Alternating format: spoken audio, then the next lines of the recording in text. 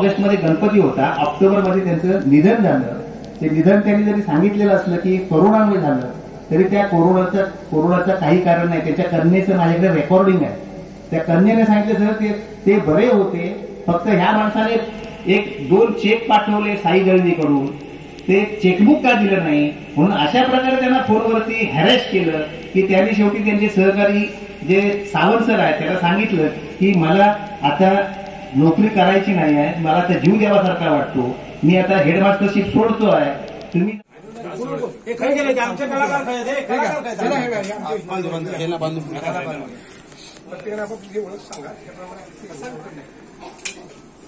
बाहेर जे रस्त्यावर ग्रामस्थ उभे दिसत आहेत त्याला मी विनंती करतो, या ठिकाणी खुर्चीची व्यवस्था मंडपामध्ये केलेली आहे.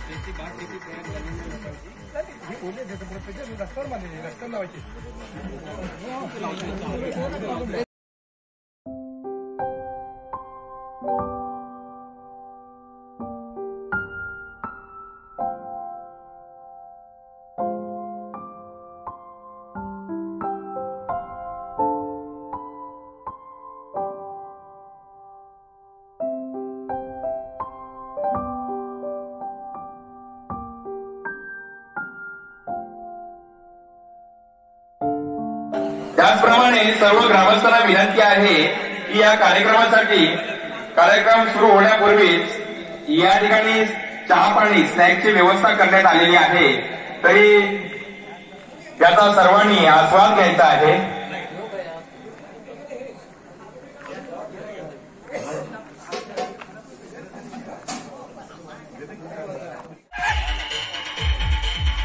कार्यकर्त्यांचं या ठिकाणी जोरदार स्वागत होऊ दे, टाळ्याच्या गजरामध्ये स्वागत होऊ दे.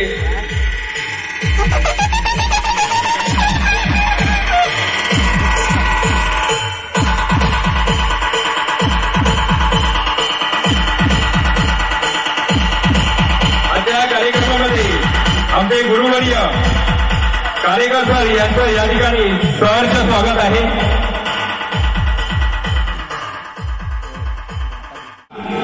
या विषयावर चर्चासत्र या ठिकाणी आयोजित करण्यात आलेलं आहे. या शाळेची मी आपल्याला थोडक्यात सुरुवात सांगतो, कारण बरेच जणांना या संदर्भात आपले मनोगत व्यक्त करायचं आहे. आणि मी एक आता माझी सध्याची ओळख सांगतो. मी श्री विनोद राजाराम कविटकर, शंकर महादेव विद्यालयाचा 1991 सालचा माजी विद्यार्थी आणि सध्याची शंकर महादेव विद्यालय माजी विद्यार्थी संघाचा विद्यमान अध्यक्ष. आणि शंकर महादेव विद्यालय माजी विद्यार्थी संघातर्फे मी आणि माझे सर्व सहकारी माजी विद्यार्थी आपल्याला वारंवार गावामध्ये फेरी करून म्हणा किंवा काही कार्यक्रमाच्या माध्यमातून शाळेविषयीची माहिती दिलेलीच आहे. त्यामुळे मी थोडक्यात शाळेविषयीची माहिती मांडेन, आपल्याला सर्वांना यावी. कारण त्यावेळीची जी परिस्थिती होती शाळेच्या निकालाची, सिंधुदुर्गात कुठेतरी फक्त आपल्या शाळेचं एकाच शाळेचं नाव फक्त 100% या यादीमध्ये पहिली शाळा असायची. आता तुम्ही बघत असाल सिंधुदुर्गामध्ये कमीत कमी, मला वाटतं आता कार्यकर्ते थोड्या वेळात सांगतील त्यांच्या भाषणामध्ये, कमीत कमी मला वाटतं 50 शाळा तरी 100% निकालाच्या दिशेने असतात. पण त्यावेळी गर्वाने मी सांगतो, ज्यावेळी कारेकर सर मुख्याध्यापक होते त्या काळामध्ये जी सुरुवात झाली 100% निकालाची, ही सिंधुदुर्गामध्ये फक्त प्रथमच कुंभवडे गावातून शंकर महादेव विद्यालय या शाळेचा फक्त 100% निकाल लागायचा. ही आपल्यासाठी मोठी गर्वाची बाब आहे. अशा प्रकारे शाळेमध्ये विद्यार्थी वाढले होते. म्हणजे आज जर लोक म्हणत असतील गावामध्ये मुलं नाही, तर मुलं नव्हती आणि पुढेही मुलांची संख्या कमी असणार हे मामांना तेव्हाच माहिती होतं. हा पॉईंट आवर्जून नोंद करा सगळ्यांनी. मामांना तेव्हाच माहिती होतं, म्हणून मामांनी तयारी केली होती गुरुकुलची. गुरुकुल चालवणं, गुरुकुलला चांगले ट्रीटमेंट देणं हे आपलं कर्तव्य होतं संस्था चालकांचं. त्याच्यातून शाळेला उतरती करायला लागली, मुलं कमी होत गेली. गावातील लोकांचाही शाळेवर विश्वास उडालाय. आजही गावातली काही मुलं शाळेच्या आपल्या शाळेत सोडून कन्नडी किंवा इतर बाहेर शाळेत जात आहेत. ही जी परिस्थिती म्हणजे अविश्वास जो निर्माण केला संस्थेमध्ये एका व्यक्तीने एकाधिकार करून, तर त्याच्यामुळे शाळेला ही अधोगती आलेली आहे आणि ह्याच्यावरती पर्याय निघेल, सगळी व्यवस्था किंवा त्याची तरतूद झालेली आहे. पुढच्या लोकांच्या भाषणातून येईलच या सगळ्या गोष्टी. पण जो एकाधिकार करणारा आहे, ज्याने शाळेची अशी दुरावस्था केलेली आहे, त्याच्या विरोधात आम्ही सन्माननीय अध्यक्ष खासदार अरविंद सावंत यांची 5 डिसेंबर 2020ला जवळजवळ 15-16 लोकांचं शिष्टमंडळ घेऊन 5 पानी पत्र घेऊन भेट घेतली त्यांची. त्यांना सगळ्या या गोष्टी सांगितल्या, शाळेची सुरुवात कशी होती, मामांचे विचार काय होते, त्याच्यातून शाळा भरभराटीला कशी आलेली आणि आज अधोगती कशी चाललेली. पण त्यांना ती गोष्ट सांगितली, त्याचं कारणही सांगितलं. एक व्यक्ती निर्णय घेतोय, शिक्षकांना अपमानित करतोय, शिपाई किंवा बाकी लोकांसमोर शिक्षकांना अपमानित करतोय, शिक्षकांना शिकवण्याची आस्था राहिलेली नाही, गुरुकुलच्या मुलांना चांगलं खाणं पिणं मिळत नाहीये, ह्यामुळे विद्यार्थ्यांची संख्या घटलेली आहे. गावातील लोक मानसिकतेमध्ये नाहीयेत की कुंभवडे शाळेमध्ये शिकवू नये, तर बाहेरची लोक येऊन शिकूच शकत नाही. तर हा विश्वास परत एकदा निर्माण केला पाहिजे. जो मामाने निवडलेल्या शिक्षकांनी शाळेबद्दल आदर काम करणाऱ्या लोकांना जो आदर वाटत होता आणि लोक मुंबई पुण्यावरून लोकांना इथे आणून शाळेत घालवलं. कणकवलीत त्यांची शाळेची चांगली व्यवस्था असून सुद्धा 2 शाळा कॉलेजेस तिथे असताना कणकवलीतले चांगले श्रीमंत व्यापारी, बऱ्याच व्यापाऱ्यांची मुलं आपल्या शाळेत येऊन शिकून गेलेली आहेत. त्यातील मला वाटतं 1993 की 91च्या बॅचचे विद्यार्थी विशाल कामत आहेत. कामतांचं नाव आहे कणकवलीत, त्यांच्याकडे कोणतीही कमतरता नव्हती कुठल्याच गोष्टीची, पण त्यांनी इथे कुंभवडे गावामध्ये ठेवून मनोगत त्यांना त्यांच्या काळामध्ये ज्या व्यथा सहन कराव्या लागल्या, तर ते या ठिकाणी त्याचा पाढा वाचतील आणि त्यावेळेच्या शाळेची दशा आणि दिशा आणि सध्याची दिशा याबद्दल ते आपले मनोगत या ठिकाणी व्यक्त करतील. मी कार्यकर सरांना या ठिकाणी निमंत्रित करतो.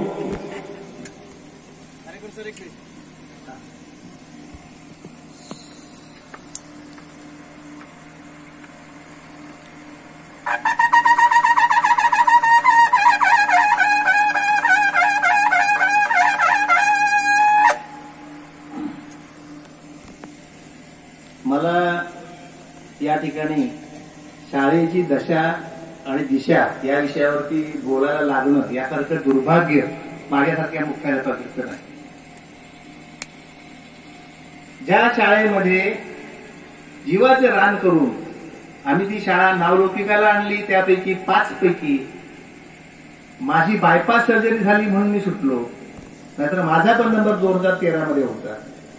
2013 मध्ये शिर्के सर डिसेंबरमध्ये वारले आणि मे मध्ये पाटील सर वारले, म्हणजे असे लागोपाठच नंबर होते.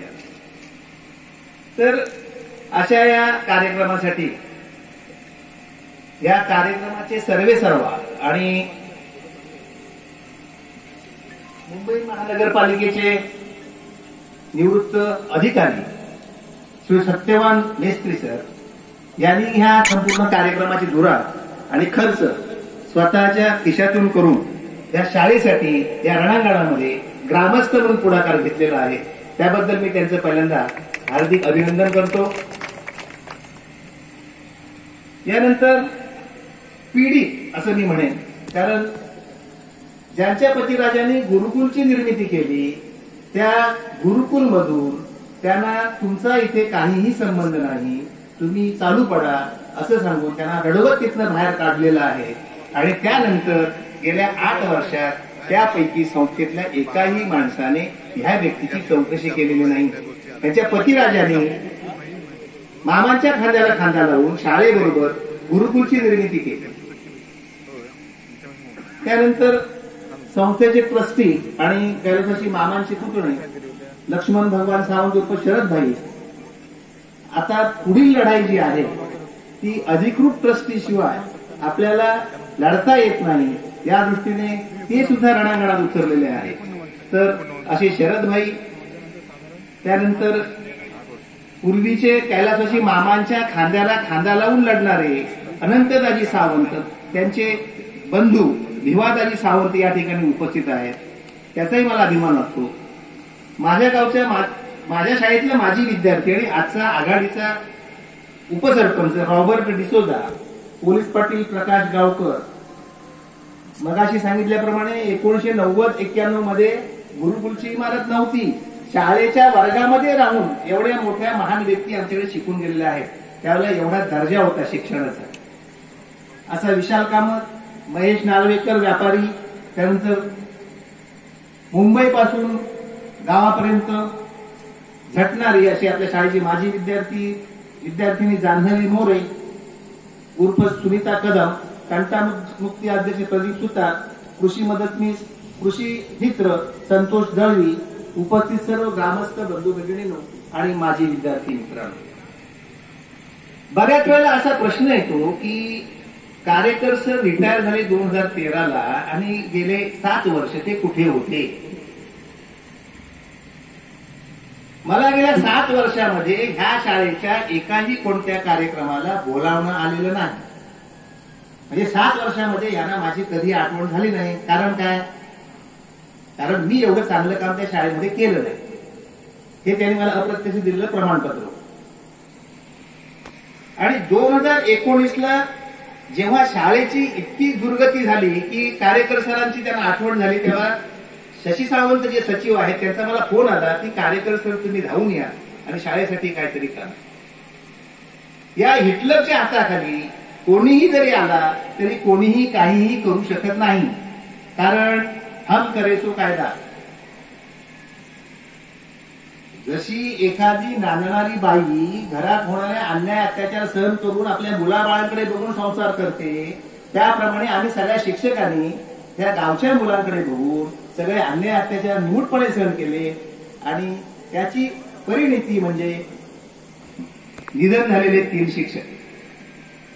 याबाबत मी 2007लाच माननीय अध्यक्ष अरविंद सावंत यांना सविस्तर पत्र लिहिलेलं होतं. त्याच्यामध्ये उल्लेख केलेला होता की ह्या त्रासामुळे बरेचसे शिक्षक गंभीर आजाराने आजारी आहेत. हे पत्र लिहिलं होतं मी 2007ला.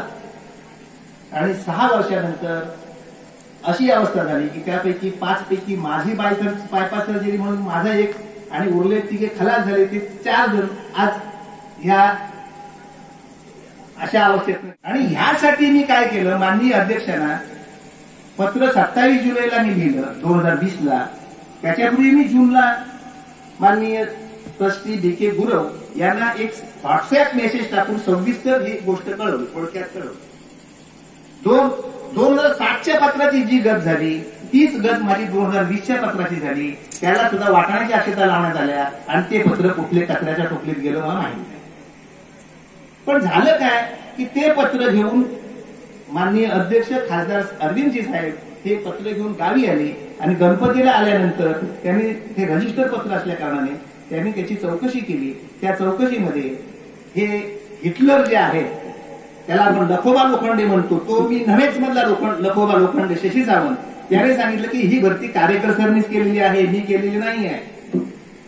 आणि मग चक्र फिरत फिरत गेली. आणि मग मी म्हटलं असं कधी माझा जीव जरी गेला तरी शाळेसाठी असलं कर्म मी करणारा माणूस नाही. त्यामुळे ह्याची चक्र फिरली आणि शोध घेतला. तेव्हा 2013मध्ये अशा प्रकारे भरती केली गेली. त्याचे कागदपत्र बी आता माननीय पोलीस पाटील प्रकाश गावकर आणि उपसरपंच म्हणजे माझी विद्यार्थी माझा मित्र रॉबर्ट डिसोजा या दोघांना दाखवले. जाहिरात आहे, इंग्रजी गणित सायन्स या विषयाची जाहिरात आहे, मराठीची जाहिरात आहे. मराठीचा एक विषय पाहिजे म्हणून जाहिरात आहे शिक्षक म्हणून. मुलाखतीला लोक आलेले असताना ज्याची चढाओढ पैसे जास्त देईल अशा शिक्षकांना त्या ठिकाणी निवडणुका देण्यात आल्या.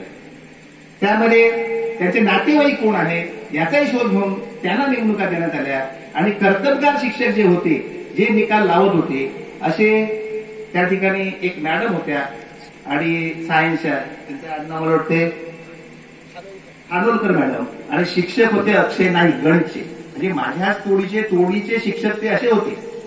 परंतु त्यांनी म्हटले की आम्ही पगार जेव्हा नोकरीला आम्हाला तुम्ही लागाल त्या पगारातून आम्ही पैसे देतो. पण त्यांचा विश्वास नाही. त्यांची ऑर्डर होती. त्या दोघांच्याही ऑर्डर असताना त्यांनी घरी जायला लावलं आणि मराठीचे शिक्षक 3 नेमले. दुर्दैव असं की गणित आणि सायन्सच्या शिक्षकांनी डबल शिकवायचं. परत 5वी 10वीला शिकवताना डबल शिकवायचं. म्हणजे काय शिकवायचं, एकदा 1 तास घ्यायचा मराठीमध्ये आणि दुसऱ्या वेळेला घ्यायचा सेमीमध्ये. म्हणजे आठवड्याचे सगळेच तास त्यांनी जरी घेतो म्हटले तरी त्यांना ते शक्य नाही. आठवड्याच्या तासिका शिक्षकांना मानसशास्त्राप्रमाणे 36 द्यायचे असतात. ह्या शिक्षकांनी आठवड्याचे 55 तास घेतले, जादा तास घेतले. काय त्यांची अवस्था होईल सांगा. आणि ही दुःख बोलण्यासारखं नाही. त्यांनी माननीय अध्यक्ष अरविंद सावंतांना सांगितली ही दुःख, तर अरविंद सावंत साहेब सांगणार शशी सावंतला. शशी सावंत सांगणार काय, तुम्ही मुंबईला संस्थेकडे तक्रार करता काय. म्हणजे संस्था म्हणजे हे दोघे जण असे चित्र झाल्यामुळे सगळे अन्यायग्रस्त शिक्षक, अन्यायग्रस्त शाळा, अन्यायग्रस्त गुरुकुल, अशा परिस्थितीतून मी रिटायर झालो तेव्हा 200च्या आसपास असणारी विद्यार्थी संख्या आज ते म्हणतात 80 आहे, पण ती मला खात्री आहे की ती 80 पण विद्यार्थी नाही आहेत. एका काळी तुम्ही सगळ्यांनी बघितलेलं आहे, ऍडमिशनसाठी मे मध्ये शेकडो गाड्या असायच्या पालकांच्या, ऍडमिशन मुलांना द्या म्हणून.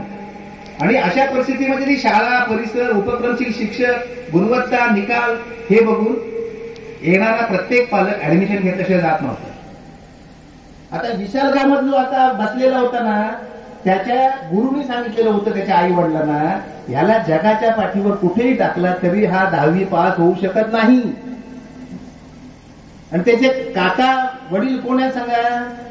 जे कणकवलीचे विद्यामंदिर दिसतं, जे कणकवली कॉलेज दिसतं, त्या सगळ्याची चेअरमन आहेत ते. आणि एवढा विश्वास त्याने आमच्या शाळेवर टाकला, तो विश्वास आणि सार्थकी केला. त्यावेळेला तो आला त्यावेळेला गुरुकुल नव्हतं. शाळेच्या वर्गाच्या मागच्या बाजूला ट्रंक ठेवायचे, ट्रंकामध्ये दप्तर ठेवायचं, त्याच्यावर घडी करून अंथरुण ठेवायची, दोऱ्या ज्या रशा बांधलेल्या होत्या खिडक्यांना त्या ठिकाणी कपडे सुकत घालायचे आणि आंघोळीला नदीला जायचं. अशा परिस्थितीमध्ये ते शिकले. घरी जेवण करायला कोण नाही, आमच्या बाई जेवण करून वाढत होत्या पहाटे उठून, कार्यकर बाई. अशा प्रकारे आम्ही काय केलं आणि काय केलं नाही हे फक्त परमेश्वराला माहिती. पण त्यांनी असे काही अपमान सगळ्या पालकांसमोर माझा केला, खिरकी सरांचा केला. खिरकी सर केवढा मोठा माणूस, नेट परीक्षा झालेला माणूस, तो मोठा लेखक होता, मोठा वक्ता होता, जंगल ज्ञान होतं, अष्टपैलू व्यक्ती होती. दुसरे पाटील सर गीत मंच. आमच्यावर पेटी नव्हती, आम्ही काय केलं, गवत वरचं चिंचेकडचं गवत काढलं, विकलं आणि ते त्या काळामध्ये त्या पेंड्या विकून आम्ही ते 1000 रुपयाची पेटी घेतली. आणि मग गीतमंच सुरू झाला. गीतमंच सुद्धा अशा प्रार्थना वगैरे व्हायच्या की जाणारे येणारे त्या ठिकाणी मंत्रमुग्ध होऊन ती प्रार्थना ऐकायला यायची. चिंचरे सरांनी सर्प काढले की संबंध सिंधुदुर्ग जिल्ह्यात कोणी मोठा माणूस आला की तू शाळा बघायला कोणी जवळ सजेस्ट करायचं की तिथे कुंभोड असतील बघून. जवळपास जिल्ह्यातीलच नव्हे तर जिल्ह्याबाहेरच्या बऱ्याचशा संस्था ह्या माझ्या शाळेत येऊन गेल्या. गुरुकुल कसं आहे, शाळा कशी चालते, उपक्रम कसे चालतात, शिक्षक कसे पाहिजे हे बघून त्यांनी आज गुरुकुल शाळा मोठ्या मोठ्या निर्माण केल्या इतर जिल्ह्यांमध्ये केल्या. तर अशा परिस्थितीतली शाळा आज शेवटच्या घटका नुसत्या आहेत. मी जरी निवृत्त असलो तरी हाडाचा शिक्षक आहे. माझं स्वप्न या ठिकाणी मी खुलवलेलं आहे. ते स्वप्न उद्ध्वस्त होताना मला ते पाहत नाही. रात्र मला झोप लागत नाही. जर माझं जेवणावर लक्ष नाही, अशी माझी घरातली परिस्थिती आहे. घरातले म्हणतात, भाऊ पण म्हणतात, अरे तुला आता काय कशाला उद्योग हवा, रिटायर झाला, कॅल्शियम भेटेल, तुझा शाळेचा काय संबंध. आणि हे सुद्धा महाशय म्हणतात, तुम्ही रिटायर झाला, तुमच्या गावाशी काय संबंध. उलट तुम्ही ते म्हणतात की तुम्ही गावाला आणि शाळेला ह्याच्यामुळे बदनाम करताय. अशी ही आजची परिस्थिती आहे.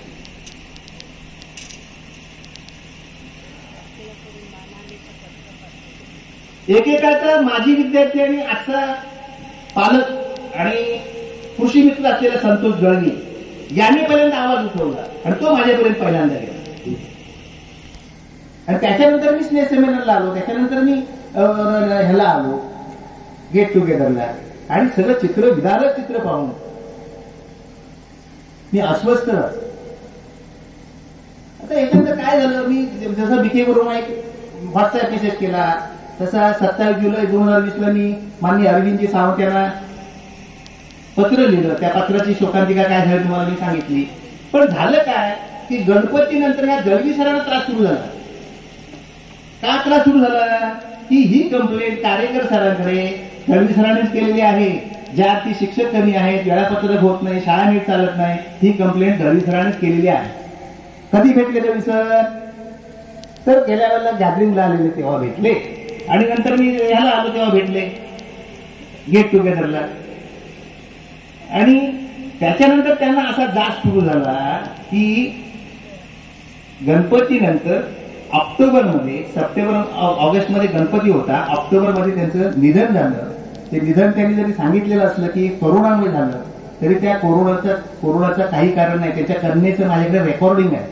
त्या कन्येने सांगितलं सर ते बरे होते, फक्त ह्या माणसाने 1-2 चेक पाठवले साई दळवीकडून, ते चेकबुक का दिलं नाही. म्हणून अशा प्रकारे त्यांना फोनवरती हॅरेस केलं की त्यांनी शेवटी त्यांचे सहकारी जे सावंत सर आहेत त्याला सांगितलं की मला आता नोकरी करायची नाही आहे, मला आता जीव द्यावासारखा वाटतो, मी आता हेडमास्टरशिप सोडतो आहे, तुम्ही जाऊन काय करा, तुम्ही जाऊन शिक्षणाधिकाऱ्यांकडून तुम्ही मुख्याध्यापक म्हणून व्हा, पण मला आता हे बाज झालं. आणि त्यातनं त्यांची तब्येत बिघडत गेली. हे त्यांच्या कन्येने या ठिकाणी विजय सावंत जो आहे,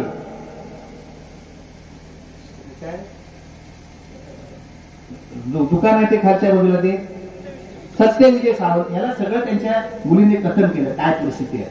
सत्य विजय सावंतनी मुंबईमध्ये कथन केलं आणि मुंबईमध्ये कथन केलेलं माझ्या कानावर आलं आणि मी हे सगळं रेकॉर्डिंग नंतर करून घेतलं त्यांच्या मुलांकडून. मुलीला फोन केला, मुलाला फोन केला, त्यांच्या मिसेसला फोन केला, ते सावंत सर म्हणतात ते सावंत सरांना फोन केला आणि त्यांचं सगळं रेकॉर्डिंग माझ्याकडे आलं पुरावा म्हणून. त्यांनी कशा प्रकारे त्रास दिला. कोण म्हणत असेल हे खोटे बोलतात, कोरोना झाले त्यांना कोणालाही माझ्याकडे घेऊन या, कोणालाही माझ्याकडे घेऊन या, त्यांनी सिद्ध करावं की कोरोनामुळे ते गेले. तर अशी ही परिस्थिती होती. त्यानंतर 23 नोव्हेंबर 2020ला जेव्हा दळवी सर एक्सपायर झाले, पाठोपाठ 3 शिक्षक आपल्या कुटुंबातले आपल्या देखत कशाने जात आहेत, तर एका राक्षसाच्या अन्यायामुळे जात आहेत, एका राक्षसाच्या पीडितेमुळे 3 शिक्षक जात आहेत. हे माझ्यासारख्या स्वाभिमानी शिक्षकाला, मुख्याध्यापकाला सहन झालं नाही. माझी तब्येत फार चांगली नाही आहे, माझी बायपास सर्जरी झालेली आहे, माझी कंबर दुखते, मी आज पट्टा लावून आलेलो आहे, प्रोस्टेटचा त्रास आहे, माझं ऑपरेशन व्हायचं आहे. पण माझ्या जीवापेक्षा मला शाळा महत्वाची वाटते. त्याचं कारण फक्त परमेश्वरालाच माहिती काय. आता या पत्रकार परिषदेमध्ये त्यांनी मला उत्तर दिले, काय दिले सांगा. पत्रकार परिषदेत त्यांनी 23 नोव्हेंबर 2020च्या पत्रकार परिषदेमध्ये त्यांनी उत्तर दिलंय, हे आरोप शाळेशी संबंधित नसलेली मंडळी चुकीचा प्रचार करत आहेत. शाळेशी संबंधित मंडळी म्हणजे कोण? मी रिटायर झालो, माझा काही संबंध नाही. खरं आहे, तांत्रिकदृष्ट्या मी रिटायर झालो तरी भावनिकदृष्ट्या माझं नातं जोडलेलं आहे त्या शाळेशी. नंतर श्रीमती सुगंधा वसंत सावंत यांचाही काही शाळेशी संबंध नाही. तर ह्यांना ट्रस्टी म्हणून कधी काढून टाकलं हे त्यालाच माहिती. त्यांच्याकडे 2001चं पत्र आहे संस्था अध्यक्षांचं की तुम्हाला ट्रस्टी म्हणून नेमलेला आहे. लगेच 2001चं पत्र त्या महाशयांचं शशी सावंतचं पत्र आहे की तुम्हाला हे म्हणून तुम्हाला जबाबदारी दिलेली आहे. त्यांच्या सहीचं पत्र आहे. 2015च्या चेंज रिपोर्टमध्ये त्यांनी सुगंधा वसंत सावंतांचं नाव घातलेलं आहे, ते नामंजूर झालेलं आहे. 2015 पर्यंत त्या तुम्हाला ट्रस्टी म्हणून त्या चेंज रिपोर्ट पर्यंत चालल्या. 2017 यांनी जो चेंज रिपोर्ट केलेला आहे त्या चेंज रिपोर्टमध्ये यांचं नाव वगळलेलं आहे सुगंधाताईंचं. आणि खरोखरच 2021 त्या संस्थेच्या कोणी नाही आहे. म्हणजे ज्यांच्या मिस्टरांनी रिझर्व्ह बँकेत मिळालेले पैसे, मामाचे काही पैसे असे मिळून देखणी इमारत गुरुकुलची निर्माण केली की जी शाळा आणि जी इमारत बघायला बाहेरच्या शाळेचे शिक्षक यायचे, मुख्याध्यापक यायचे, मोठी मोठी माणसं यायची, लेखक, कवी, शास्त्रज्ञ यायचे, व्यापारी यायचे, वेगवेगळ्या जिल्ह्यातून संस्थाचालक यायचे. ते का उगीच यायचे का? आणि हे महाशय म्हणतात 100% निकाल हा आम्ही आल्यापासून लागतो. हो, 100% निकाल हा ढोरं राखत होता तेव्हापासून आम्ही लावतो. हा बैल राखत होता तेव्हापासून आम्ही लावतो. तो 1993 पासून 100% निकाल, तेव्हा कोणालाच निकाल लागत नव्हता. तेव्हा जिल्ह्यामध्ये एकुलती एक शाळा असायची. आज ह्या वर्षी ज्याचा 100% निकाल नाही असा दाखवा आणि 1 लाख रुपये इनाम मिळवा असे निकाल लागतात. आजचे निकाल कसे आहेत? सगळ्या शाळांचे निकाल 100%. गेल्या वर्षीचे निकाल कसे? जिल्ह्यातल्या जवळजवळ 75% शाळांचे निकाल 100%. कारण आता 20 मार्काच्या तोंडी परीक्षा आलेल्या आहेत. तोंडी परीक्षेचे मार्क हे शिक्षक देतात, पैकीच्या पैकी देतात आणि त्यामुळे आता सध्या नापास का झाला ह्याच्यावर संशोधन चालू आहे. एवढं करून नापास का झाला. तर अशा परिस्थितीमध्ये जेव्हा 35-40% निकाल लागत होते तेव्हा आम्ही जिल्ह्यामध्ये महाराष्ट्रामध्ये 10 शाळांमध्ये आम्ही होतो. सिंधुदुर्ग जिल्ह्यामध्ये आपली एकमेव शाळा होती आणि त्याचं झालेलं कोड कौतुक 1994 मला जिल्हा पुरस्कार मिळाला. आता मला एक सांगायला दुःख वाटतं की सुतार गुरुजी जर असते तर सुतार गुरुजींनी ह्या शाळेची गत इथपर्यंत आणून दिली नसते.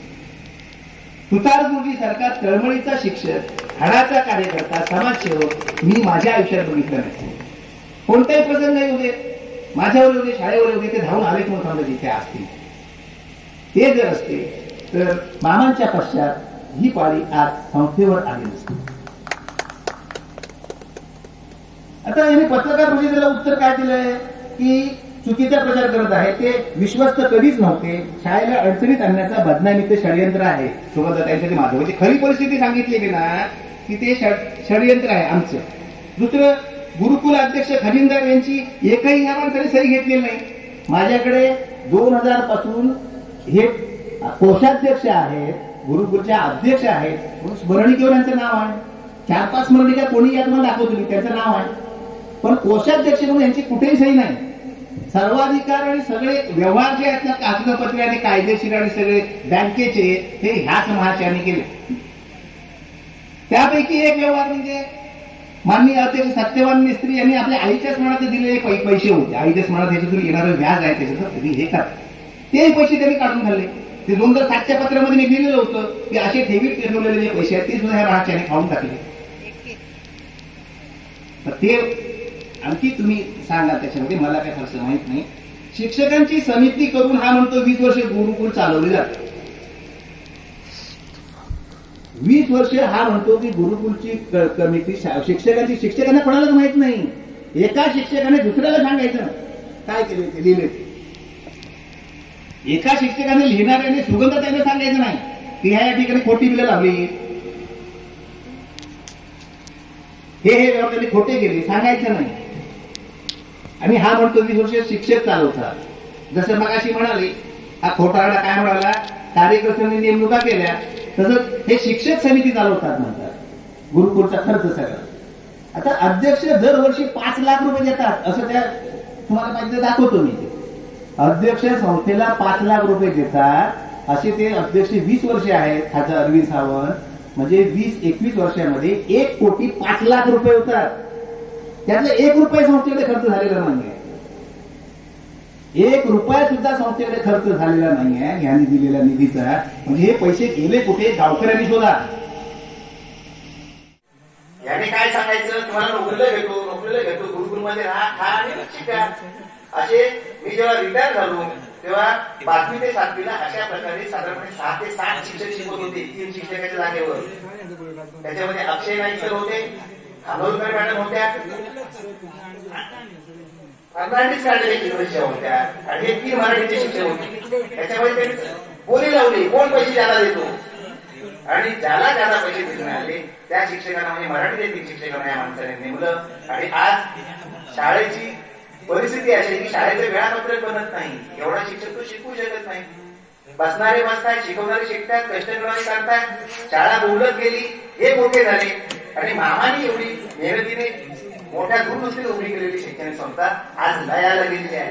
आज त्या ठिकाणी विद्यार्थी संख्या बघा, एकाही विद्यार्थी एक वर्षाचा 5वी वर्गामध्ये तर ती 20 मुलं पण नाही. ही पुढच्याची 7वीची अवस्था होणार. 7वीची अवस्था आहे ना, पुढे त्याची बदलली. हार, श्रीफळ, शाल, पार्ट्या, 10 जणांचे नीलम कंट्रीसाइड हॉटेलचे बिल, प्रवास खर्च, विमान खर्च, एसी कार, रेल्वे वगैरे वगैरे गोष्टींना सर्व पैसा खर्च होत होता. पद्मजा फेणानी सारख्या गायिकेच्या कार्यक्रमाकरिता ₹50,000 रुपयाचा मांडव, दूध प्रकल्प, कुक्कुटपालन, दूधवाल्याचे भैयाचे पगार, म्हशीच्या डॉक्टरांचे खर्च व विविध नाटकांचा खर्च इत्यादीवर गुरुकुलाचा पैसा खर्च होऊ लागला.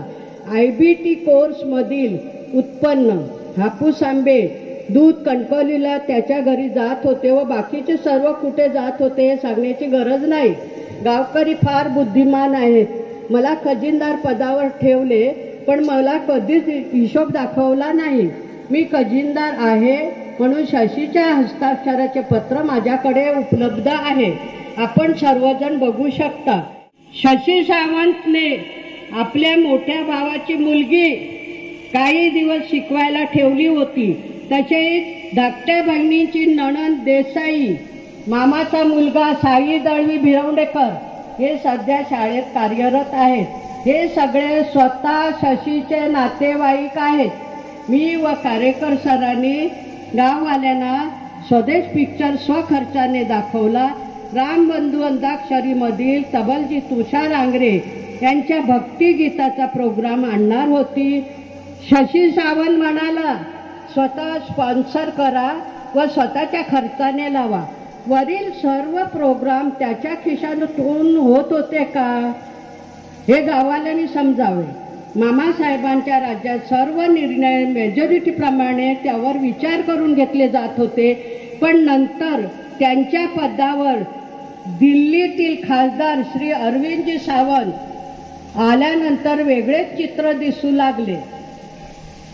मामासाहेब गळती दुरुस्ती करिता मी शशी सावंत ₹1 लाख दिले आहेत.